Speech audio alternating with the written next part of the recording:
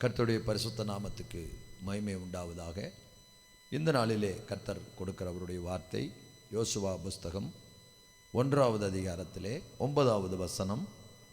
கர்த்தர் உன்னோடே இருக்கிறார் என்கிற வார்த்தை தருகிறார்.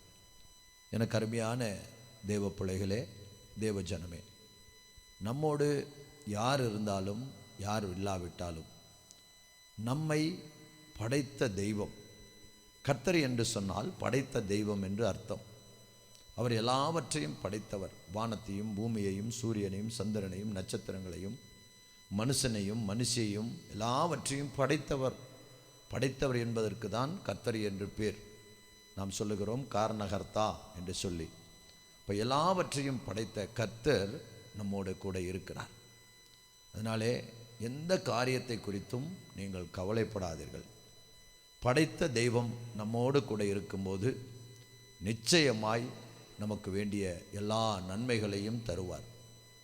ஆனால் யார் கர்த்தர் என்று நாம் கேட்டால், யார் படைத்த தெய்வம் என்று கேட்டால், நாம் வேதத்திலே பார்க்கிறோம், கர்த்தராகிய இயேசு கிறிஸ்து என்று சொல்லி பார்க்கிறோம். இயேசு கிறிஸ்து தான் கர்த்தர். நமது கர்த்தராகிய இயேசு கிறிஸ்து என்று சொல்லி நிருபங்கள் எழுதப்பட்டிருக்கிறது. இயேசு கிறிஸ்து தான் கர்த்தர்.